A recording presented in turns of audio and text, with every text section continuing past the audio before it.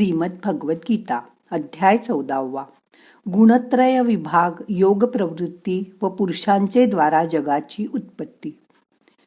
भगवान श्रीकृष्ण अर्जुनाला म्हणाले की तुला आज मी असे ज्ञान देणार आहे की जे सर्व ज्ञानात सर्वश्रेष्ठ असेल व हे ज्ञान ज्या ऋषीमुनींना माहीत झाले आहे ते सर्व मुनिजन या संसार सागरातून मुक्त होऊन त्यांना परमसिद्धी प्राप्त झालेली आहे व माझ्या या ज्ञानाने जे माझ्या स्वरूपात विलीन झाले आहेत ते अशा प्रकारचे मनुष्य सृष्टीच्या प्रारंभाच्या काळात पुन्हा जन्माला येणार नाहीत व ज्यावेळी प्रलय होईल त्या काळात ते व्याकुळ पण होणार नाहीत.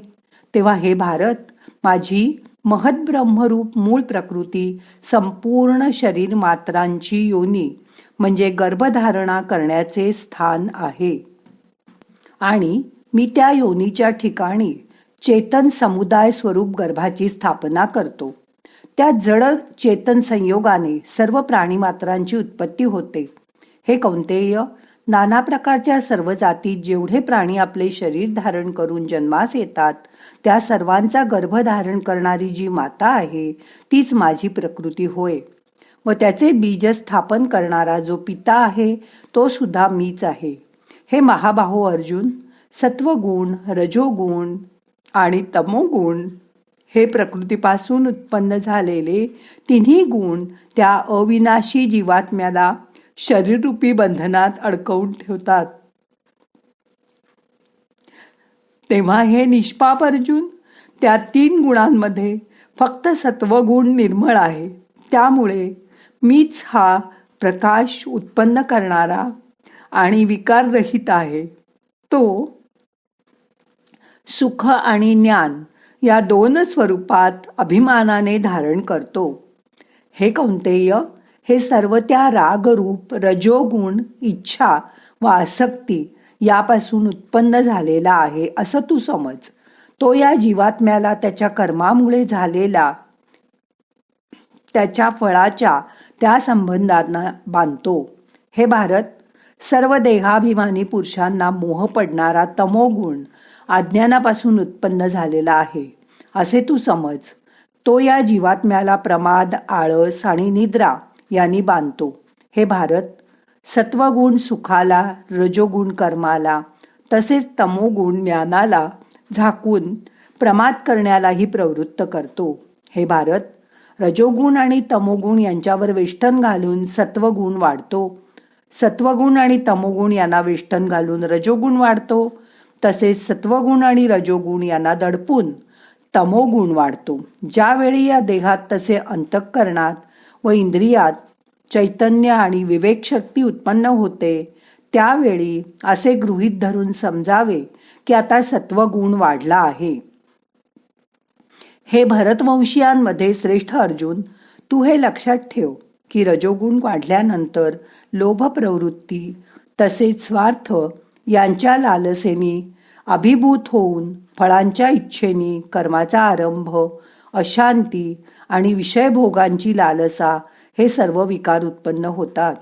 हे कुरुनंदन, तमोगुण वाढल्यावर अंतःकरण व इंद्रिये यात आधार निर्माण होतो. तसेच कर्तव्य व कर्म यात प्रवृत्ती नसते. त्यामुळे व्यर्थ हालचाली व निद्रा अशा प्रकारच्या अंतःकरणाला मोहित होणारी वृत्ती ही सर्व गुण उत्पन्न होतात. जेव्हा हा मनुष्य सत्वगुण वाढलेला असताना मरण पावतो तेव्हा तो उत्तम कर्मे करणाऱ्यांच्या निर्मळ दिव्य स्वर्गलोकात जातो. रजोगुण वाढल्यामुळे मृत्यू आल्यास कर्माची आसक्ती वाढत असणाऱ्या मनुष्य देहात जन्म होतो.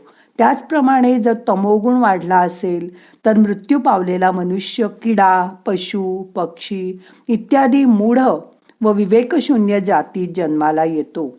अर्थात श्रेष्ठ व सात्विक कर्माचे फळ सात्विकच मिळते. अर्थात सुख, ज्ञान व वैराग्य यासारखे निर्मळ फळ मिळते. राजस कर्माचे फळ दुःख तसेच तामस कर्माचे फळ अज्ञान म्हणून सांगितले आहे. सत्वगुणापासून ज्ञान उत्पन्न होते. रजोगुणापासून निसंशयपणे लोभ आणि तमोगुणापासून प्रमाद आणि मोह उत्पन्न होतात. आणि अज्ञानही उत्पन्न होते. सत्वगुणात असलेले पुरुष स्वर्गात जातात, पण रजोगुणात असलेले पुरुष मध्यम लोकात म्हणजे मनुष्य लोकातच राहतात. आणि तमोगुणाचे कार्य करीत असलेला मनुष्य प्राणी मात्र निद्रा, प्रमाद आणि आळस इत्यादीत रस असलेला, तर तामसी पुरुष अधोगतीला अर्थात कीटक, पशु इत्यादीच्या नीच जातीला तसेच नरकात जातात. ज्यावेळी द्रष्टा या तिन्ही गुणांशिवाय दुसरा कोणीही करता नाही असे पाहतो आणि तिन्ही गुणांच्या अत्यंत पलीकडे असणाऱ्या सच्चिदानंद घनस्वरूप माझ्या परमतत्वाला तत्वतः जाणतो, त्याच वेळी तो माझ्या स्वरूपात विलीन होतो.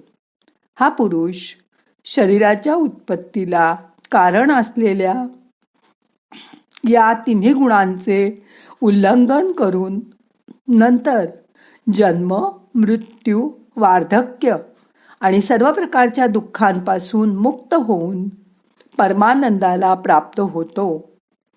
अशा प्रकारची भगवान श्रीकृष्णाची वाणी ऐकून अर्जुन म्हणाला की या तिन्ही गुणांच्या पलीकडे गेलेला पुरुष कोणकोणत्या लक्षणांनी युक्त असतो आणि त्याचे आचरण कशा प्रकारचे असते.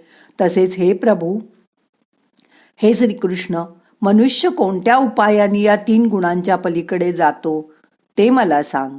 तेव्हा भगवान श्रीकृष्ण म्हणाले की हे पांडुपुत्र अर्जुन, जो पुरुष सत्वगुणांचे कार्यरूप प्रकाश, रजोगुणांचे कार्यरूप प्रवृत्ती आणि तमोगुणांचे कार्यरूप मोह हे प्राप्त झालेले असताना त्यांचा विषाद मानत नाही आणि प्राप्त झाली नाही तरी त्यांची इच्छाही करीत नाही, अर्थात जो साक्षीरूप होऊन गुणांकडून विचलित केला जाऊ शकत नाही आणि गुणच गुणात वावरत आहेत असे समजून जो सच्चिदानंद घन परमात्म्यात एकरूप होऊन जातो, त्या स्थितीमध्ये कधीही ढळत नाही.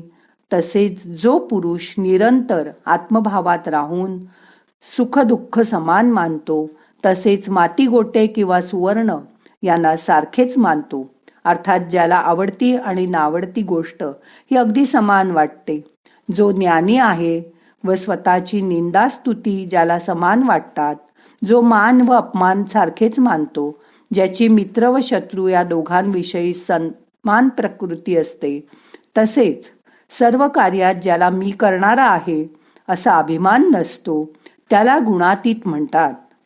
आणि जो पुरुष अव्याभिचारी भक्तियोगाने मला निरंतर भजतो, तो सुद्धा या तिन्ही गुणांचा पूर्णपणे उल्लंघून सच्चिदानंद घन ब्रह्माला प्राप्त होण्यास योग्य ठरतो. कारण त्या अविनाशी परब्रह्माचे, अमृताचा, नित्य धर्माचा आणि अखंड एकरस आनंदाचा आश्रय मीच आहे.